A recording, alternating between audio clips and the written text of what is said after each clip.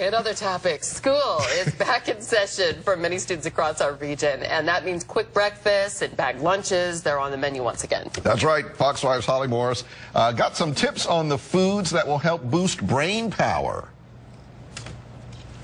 If only coffee made us smarter, right? We'd all be geniuses on the morning show.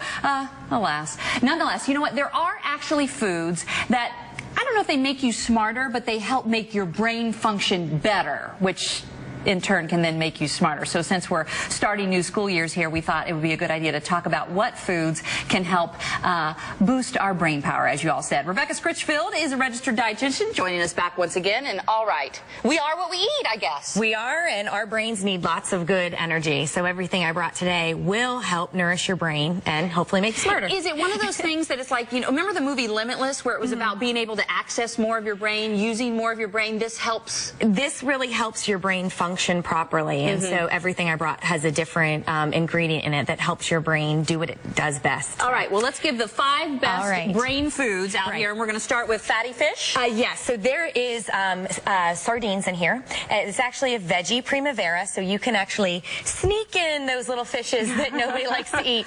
So you could also use anchovies, okay? And it's any kind of vegetables that you have on hand, whole wheat pasta, and then you just use the fish in the sauce. What about, like, tuna? Tuna is a source of omega-3 fats, but everyone knows about tuna. I want to show something different. You're right. I just thought it might be when people heard sardines and anchovies, they're like, okay, not doing that, move on. Absolutely. So you can still do tuna and salmon. I just wanted to show something different. The sardines and anchovies are smaller fish. They're more sustainable, and they are lower in mercury. So, but all fish is good for you. I eat tuna and salmon regularly. I just wanted to show something different. That's good. Right. So, inspirational. So what's in here is called DHA, and this is an omega-3 essential fat our body does not make, and this is the coating of our neurons in our brain.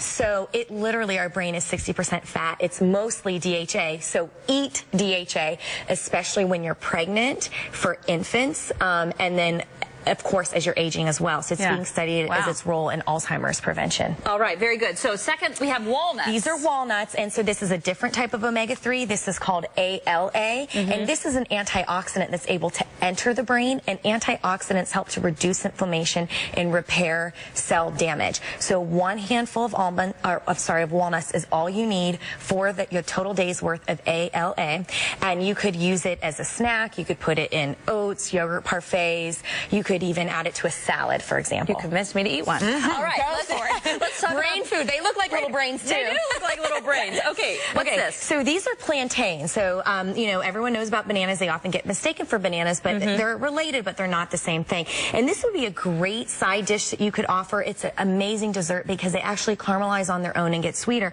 You don't even need to add any sugar. So all you do to prepare these is you slice them like you would slice up a banana. They're a little bit bigger, and then you would just put a little bit of oil in the pan just to keep them from sticking, and I put a little bit of cinnamon on them. But what they have for brain power is vitamin B6. And vitamin B6 helps to formulate neurotransmitters, and these are literally chemicals that your brain uses to communicate to the rest of your body. So we need neurotransmitters. B6 helps you make them. Very good. All right. Now, everybody knows kiwi. I'm not sure how much everybody just eats them raw. Right. You know, it's just not one of the most popular fruits in the U.S., but I like to feature it because it is high in vitamin C. It actually has more vitamin C than an orange does. It's a beautiful green color, good source of fiber. And they're really good. They taste delicious. What vitamin C does is it's a powerful antioxidant as well that can help repair damaged tissues that are part of the brain. So we all need vitamin C. It's also good for your immune system, keep your brain functioning properly. So just look to something like kiwi fruit for something, you know, a different type of a fruit. Again, you could slice it up and put it on yogurts and oatmeals. You could eat it by itself. It's a great snack, or a dessert, like you said. Like I try to always get my son for dessert to give him fruit. Yeah, you know, absolutely. It's sweet, but it's a healthy. Nature's candy. Nature's candy. All right, and last but not least, we've got. So these are eggs, and I'm going to highlight choline in here. So the choline is in the yolk. It's also a powerful antioxidant. It is in charge of making specific neurotransmitters that help you to feel calm and relax and help to regulate appetite. And it's actually. So this is a stress reducer. Yes. Exactly. I'll have that whole plate. Eat it up. Eat it up, right? And so before we go, I just want to also maybe slightly touch on quickly, what are the things we should really steer clear from?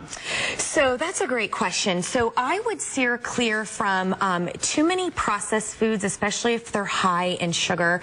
Well, you might get a rush of energy. You're going to get a crash that follows. Gotcha. You know, so I really would look for natural sugars. You mentioned caffeine in the beginning. A little bit is good, but it doesn't mean more is better. But don't drink a pot of coffee, Holly. Exactly. Tone it down. Bring it down a notch. You know what I'm going to do? I'm going to eat all of this and then go take a test. I feel like a higher IQ for you. Exactly. Rebecca, thank you so much. Thanks for having me. MyFoxDC.com is our website. We have a link to hers and to ours as well. And of course, we'll have all these listed on there so that you can get smarter yourself. Remember, you are what you eat. Back to y'all in the studio. Fantastic. I feel smarter just looking at it. Yes. All right. Thank you, Holly. Now, Tucker has one more look at your forecast. That's coming up next.